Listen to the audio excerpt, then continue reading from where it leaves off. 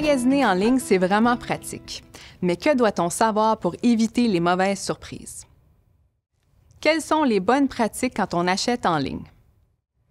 L'important quand on achète en ligne, c'est de faire ses recherches. Assurez-vous de trouver les coordonnées du commerçant, ses politiques d'échange et de remboursement, la politique d'expédition, comme les frais de douane ou la devise dans laquelle vous allez payer, et de regarder les avis qui ont été laissés sur les réseaux sociaux et sur Google. Prenez votre temps. Et si un site vous met de la pression en vous disant que l'inventaire est limité ou qu'il y a un chronomètre pour vous indiquer la fin d'une période de rabais, prenez votre temps quand même. Ce sont des tactiques pour vous faire acheter sans prendre le temps de réfléchir. Faites aussi attention aux promotions de type essai gratuit. Vous pourriez être facturé automatiquement après la période d'essai gratuit.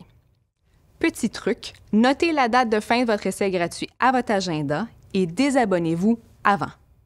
Est-ce qu'il y a un meilleur mode de paiement qu'un autre quand on magasine en ligne?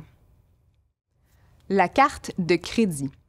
Lorsque vous payez avec votre carte de crédit, la loi vous donne la possibilité de vous adresser à l'émetteur de votre carte afin d'obtenir un remboursement de votre achat dans le cas où l'article ne vous a pas été livré et que vous n'arrivez pas à joindre le commerçant ou à obtenir satisfaction avec lui.